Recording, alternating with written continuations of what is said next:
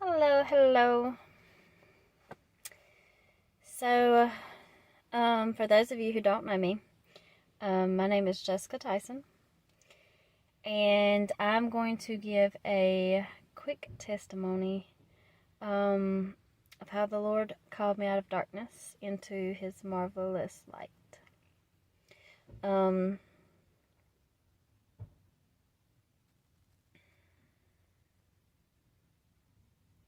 Paul says that He has become all things for all men. And I feel like sometimes I have been through everything that I have been through so that I could be all things for all men. But so when my sister Shamika reached out to me, or reached out to us about this project that she has going on, I knew the verse that I was going to use because that was the verse that God laid in my heart when I started stepping out doing ministry, when I started really understanding that I was called to be used by Him. And it's 1 Peter 2:9, and I'm going to read that really fast, okay? So it says, "But you are a chosen generation, a royal priesthood, a holy nation, a peculiar people, that you should show forth the praise of Him who called you out of darkness into His marvelous light. But in time past were not a people, but are now the people of God, which had not obtained mercy, but now have obtained mercy." God is such a loving God. He's such a merciful God. And a lot of times when we're in the middle of our sin, we don't see it. I have a lot of things that I could talk about and a lot of things that I could testify about. So I'm going to give a quick timeline to a lot of things. And then I'm going to talk about one particular part of my testimony that God uses. I'm going to kind of say the most, maybe not in the way that I minister to other people, but how it plays a role in my discernment and how I minister to the community and the region around me.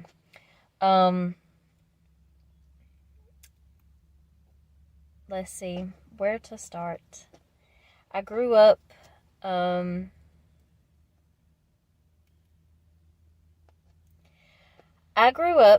in a household that was full of toxic love. My parents love unconditionally.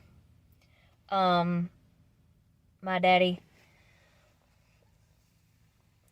was a man who taught us that you cannot depend. Well, he taught me that I could not depend on other people. I could not depend on a man to take care of me, that I needed to be self-sufficient, that he would always be there, of course, but basically they taught us, really good principles and really good morals. We had a high moral standard for how we were raised. We treated everyone the same. We treated people how we wanted to be treated. And that is how my daddy really made us, treat other people. It was not okay to be unkind to people outside of our home.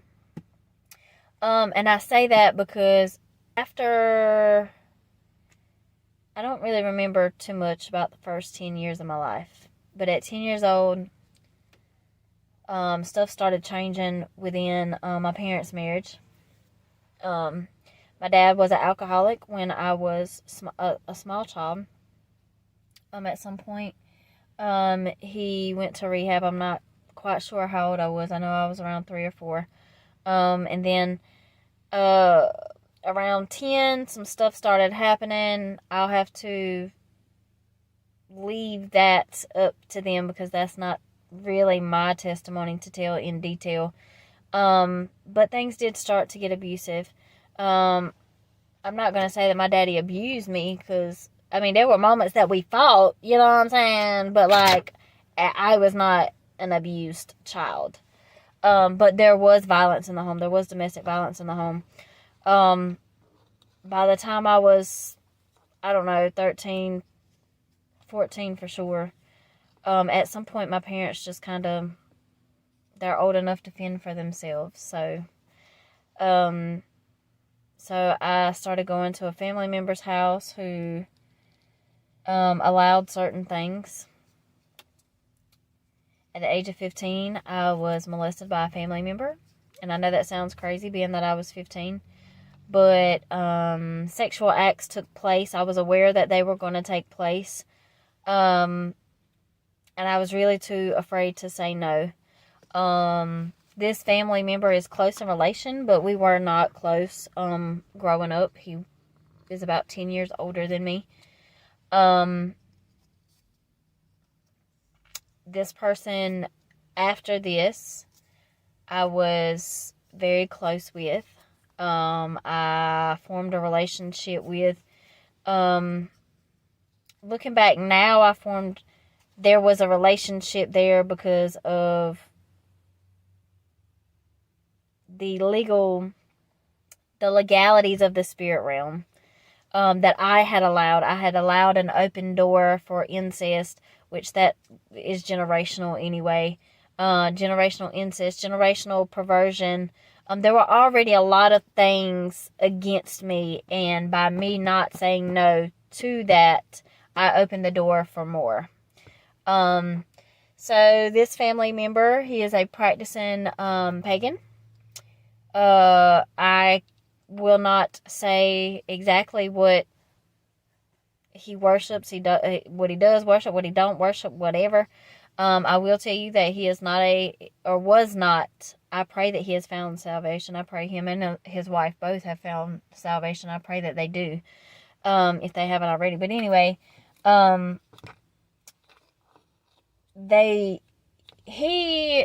was molested. I was molested at age 15 by 16. Me and him had formed a close, tight-knit relationship. I would go to him with the things that I felt like I could not go to other people. 16, 17, I was lucid dreaming. I didn't really believe in God. We had went to church a few times as children, but to say that we really believed in God, nah. We said our grace before we ate, and we said our nighttime prayers.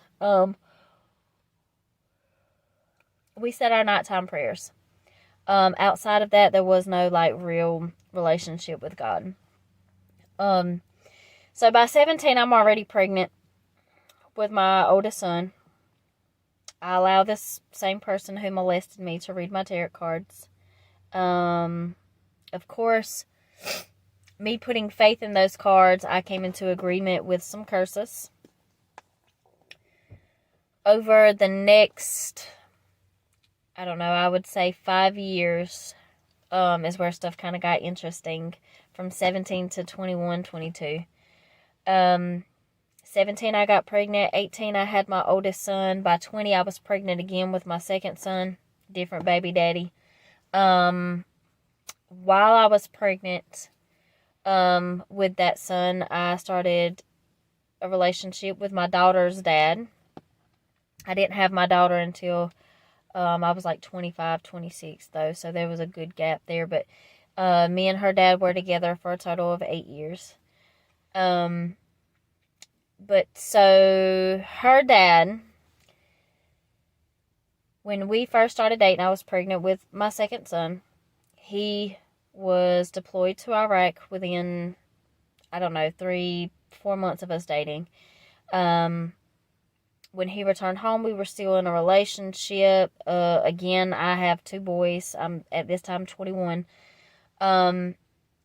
He suffered from severe PTSD. He was already an alcoholic, or he already had a problem with addiction before he deployed. But I wasn't really aware of all of that and the extent that it was because we hadn't been dating that long. So basically, he deploys, he comes back, he's half crazy. Than he was. So we moved in together. Within moving in together, I'd say within the first like 6 months, stuff had already started going crazy. I'm like, yeah, I seen my parents argue and fuss and fight. Now, stuff was not physical at that time with me and him, but you know, I had this idea like, I do not want to be this way. I do not want to live my life in misery. I don't want to fuss and fight every day. I don't want to be, I don't want my children to be involved in addiction.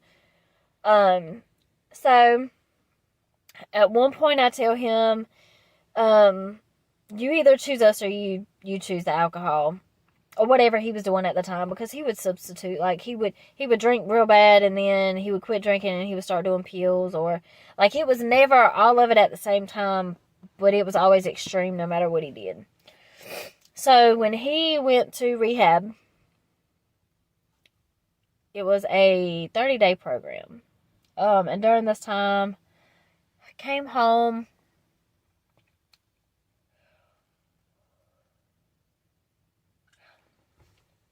He went to rehab. I came home. Within a day or two, I was already like severely depressed. Didn't know what I was going to do without him. That kind of thing. So I called this cousin that I had formed this relationship with. And I told him, you know, I'm miserable. I'm miserable. This is happening. He's gone. I need peace. I need some joy. I need something. I am slowly melting away, like fading away at this point. I had already contemplated suicide, shortly after I had my oldest son. Didn't act on it. It wasn't more than just a thought, but it was a well thought out thought, I guess you could say. So at this point, I'm like, yeah, like I'm miserable. I don't want to die though, because like I have children. Like help me, give me something. What do I need to be doing? So at this point, I stepped into New Age. At this point, I stepped into yoga, chakra. I was really big into chakra, more meditation, more than yoga. Because the point of chakras is to align your energies in your body, and you know, align them. And once you align them, it's kind of like with Buddhism. You know, you reach this higher self. You reach this nirvana, if you will. So I'm doing chakra and I'm doing yoga and this and that, and it's working. You know, like and at this point I had started back smoking marijuana. So I'm really getting relaxed. You know, like I'm really feeling this false sense of peace, right? Well, this was at the beginning of December. Within a week or two, he calls me. He's like, hey, so, you know, how do you feel about practicing? And I'm like, you know, I'm not against it, whatever. So, at this point, him and his wife, they weren't married in the physical yet. They were going to the mountains of North Carolina to have a spiritual wedding ceremony, to be joined together, to be married. His best friend was a high priest. So, okay, go for it, you know. Well, on the way back, he stops by my job, and he brings me basically like a handbook to Wicca. So that's where my witchcraft started. Like my active participation in the witchcraft started. So over the next 3 months, I would dibble and dabble in that. Until one day, my daughter's dad came home from rehab. It was great. He was sober. We were getting along great. The boys were good. Like, stuff was copacetic. About 3 months go by, 3-4 months go by. my baby's dad, my brother, they had already seen some like physical manifestations of demonic activity, right? There was this black cat walking through my living room one night, and I thought they was just smoking good grass, if we're just being honest. Because we didn't have a cat. But so then my baby's dad and my brother start seeing these things. They start seeing this black cat. They start seeing this man, the hat man, the shadow man, whatever you want to call him. I never seen him, but until one night, me and Reggie, my daughter's dad, were laying in the bed and heard a noise, and the cover for the AC unit had fell over in the hall.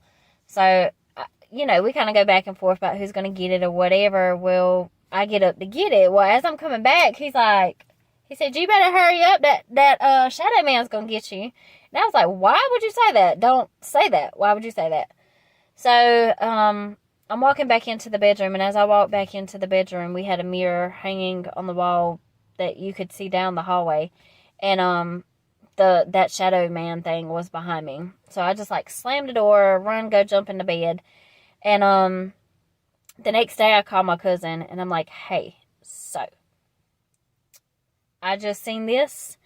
Reggie and my brother Steven, they've been seeing it for the whole time we've been here, basically. At this point, it was like 6-8 months.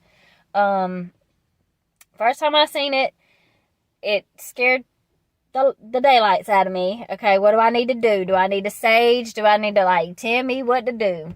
Well, he told me to sage, but he told me not to set up, if I had not already placed an altar in my home to the God that I was worshiping, and I worship many. I was really big into Hindu gods,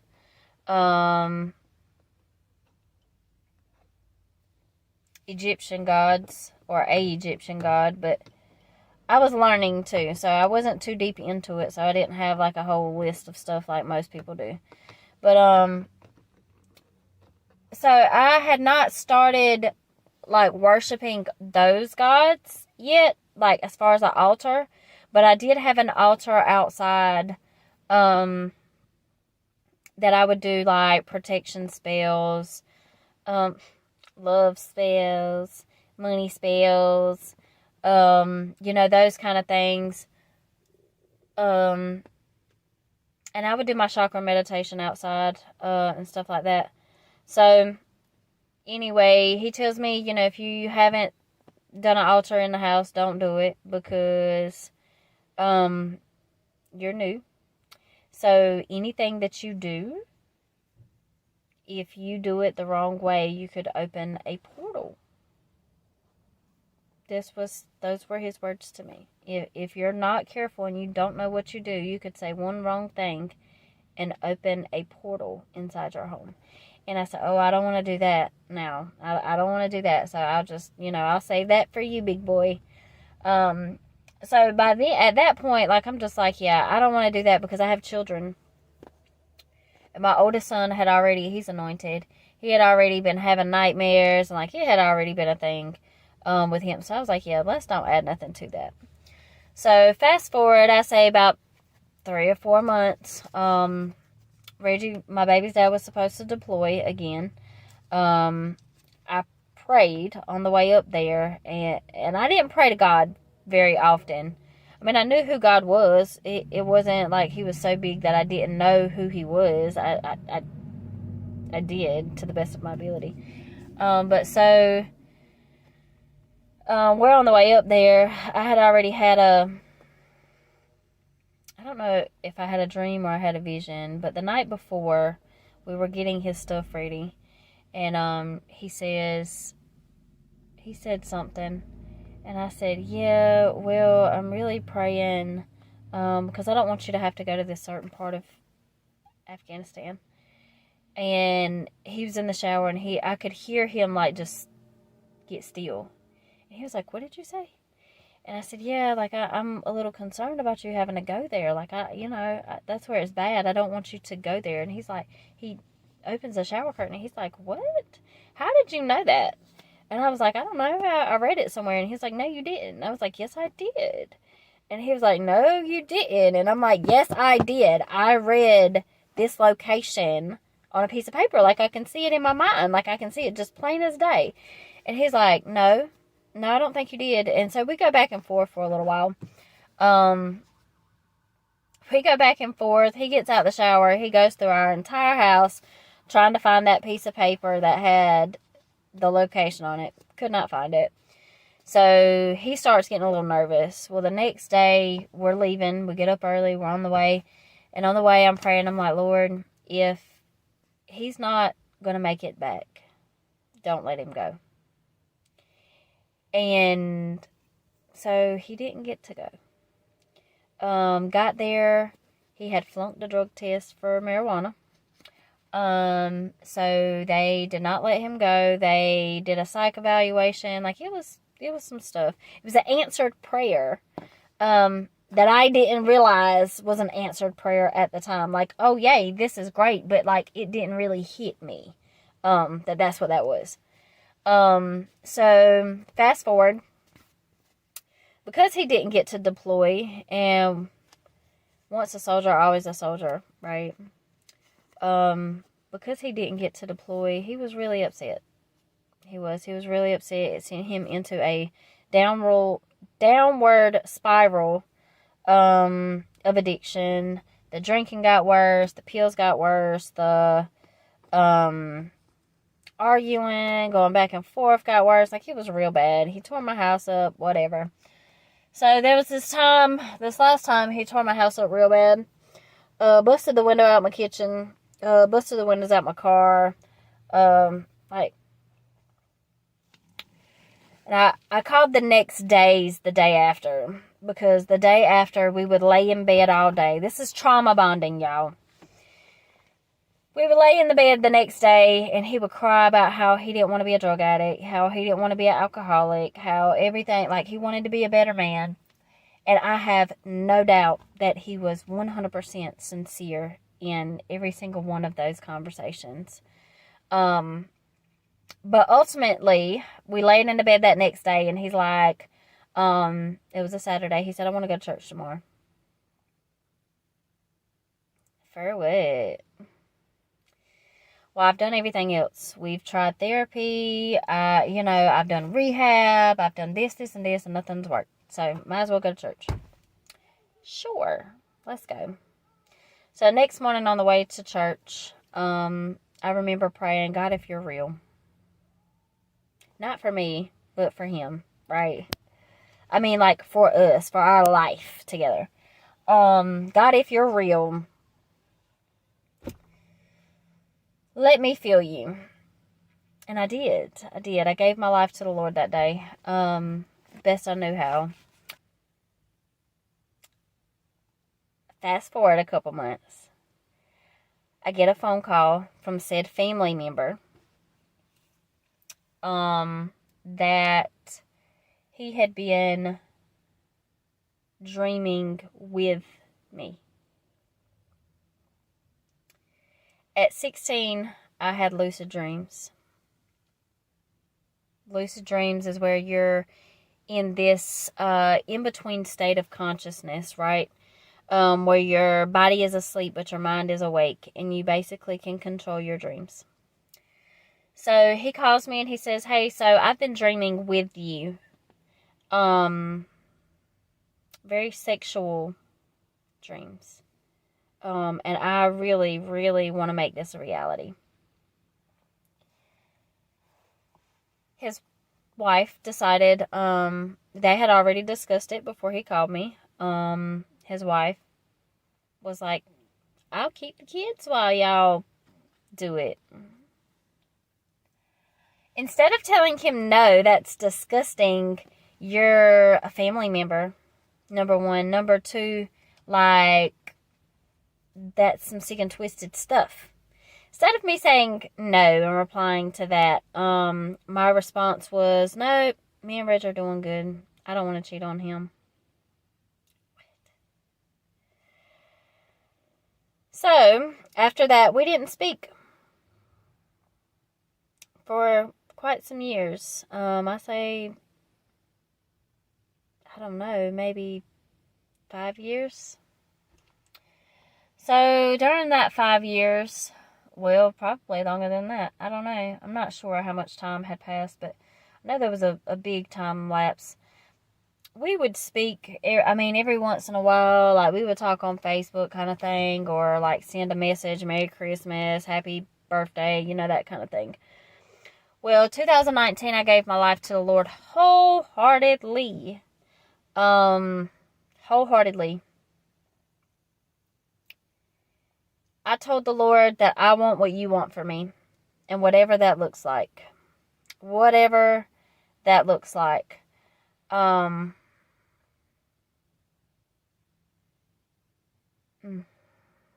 God, I thank you. I remember having a conversation with this said family member, New Year's of 2019. I had already been praying, but I hadn't quite made the decision, wholeheartedly yet. And, so talking with this family member, well, I was talking about going to school. I was praying about going to school. Okay, God, do you want me to go to school? At this point I had backslid. I had done had my daughter. Me and my daughter's dad had done broke up, in 2016. Well, really, we broke up in 2015, fully separated in 2016. He decided to go to rehab in 2016, and we just we parted ways. I got with my now husband in 2016. So 2019, I've backslid, quit going to church. I say that I love the Lord, but really my actions don't line up with my mouth, right? Out of the blue, this family member messages me, and, hey, just want to check on you, whatever. So I give him a little rundown, thinking about going back to school. I'm really trying to get closer to God in this season of my life. Me and Tad are doing great. I'm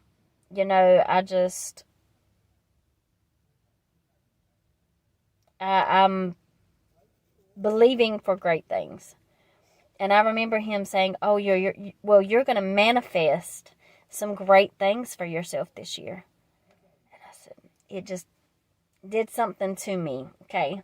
I didn't know quite what it was at that time, because obviously I had not given my life to the Lord wholeheartedly. I had no idea what discernment was. I had no idea what spiritual warfare was. I had no idea what these things were. But so basically one day I just surrendered everything in my bathroom floor. I said, I don't know how to do this. I don't know what I'm supposed to be doing, but I don't want to do it without you, God.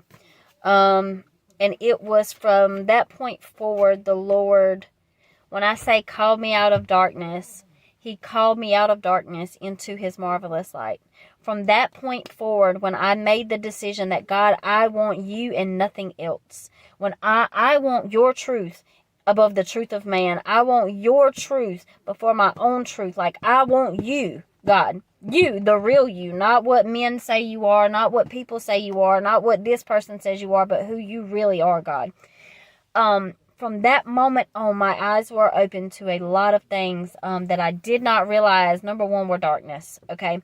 I was raised in a home of domestic violence and addiction. I was raised in a home where perversion was a normal thing. We would talk about sex at the dinner table when I was 14, 15 years old. I have stories for days. I have testimonies for days of how God kept me and how God covered me and how God really hid me under His shadow. When I say that Paul said, I have become all things for all men, I've contemplated suicide. My second son's dad committed suicide in 2014. I have been beat up. I have been beat down. I have been abused by men. I have been abused by adults. I have been depressed. I have been if you can think of it, I have been there. 2019, the Lord reveals to me that this cousin did molest me because I forgot. The Lord reveals to me that my then boyfriend was my indeed husband. The Lord had his hand in our marriage, ordained, so much so that my husband's sister was my best friend in high school, who dated my family member's brother. Okay. There's so much that I could go in detail about how God kept me, but I am speaking on the witchcraft today, the practicing part of being a Wiccan, the practicing part of the New Age, the chakra, serving the God of self. I'm speaking on that because I would not have the revelation of who God is, who God truly is, had God not allowed me to see into the spiritual realm already. I would not know that he is the God of all gods had I not served the little g gods before him. I would not have the revelation of how Jesus really is the ultimate sacrifice had I not had to make sacrifices to other gods before him. I wouldn't have got it. I remember sitting in my backyard one day and I was repenting for some stuff that he had brought back to my mind. And the Lord was like, you were so quick to go out there and put some money in a bowl. You were so quick to go out there and gather some dirt, put some water in a bowl, light an incense. But you wouldn't humble yourself, get on your face and cry out to me. You put so much energy into serving these other gods when I've already done the hard work for you. All you have to do is humble yourself before me.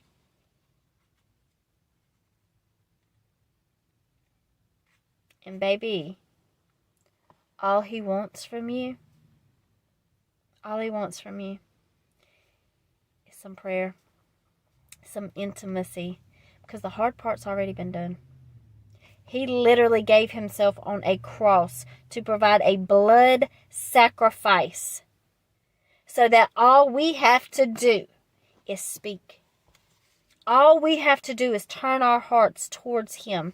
That's it.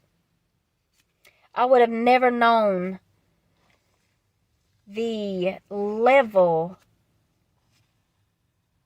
of intimacy. Like, I would have never known how deep that revelation really is had I not served other gods. Had I not already been into these rituals, right? He called me out of darkness into his marvelous light. Not only did he call me out of darkness, but he called me chosen. He called me a royal priesthood, a peculiar people, somebody who is set apart from the things of this world. And to me, there is no greater testimony than that. If you don't know Jesus as your Lord and Savior, I pray that he convicts your heart in the name of Jesus. I pray that he softens your heart so that you can receive the seed of love, so you can receive the seed of truth and everything that he is and can be in the name of Jesus. You don't have to be perfect, obviously, because you're not going to be. All you have to do is be willing. That's it. I pray y'all have a wonderful evening. I pray somebody was encouraged. Reach out to me if you have any questions about anything. Like I said, there's so much that I could talk about. But that witchcraft, honey. And now I look around and it's so normal. So normal. It's not of God. I love y'all. I pray y'all have a blessed day. In the name of Jesus.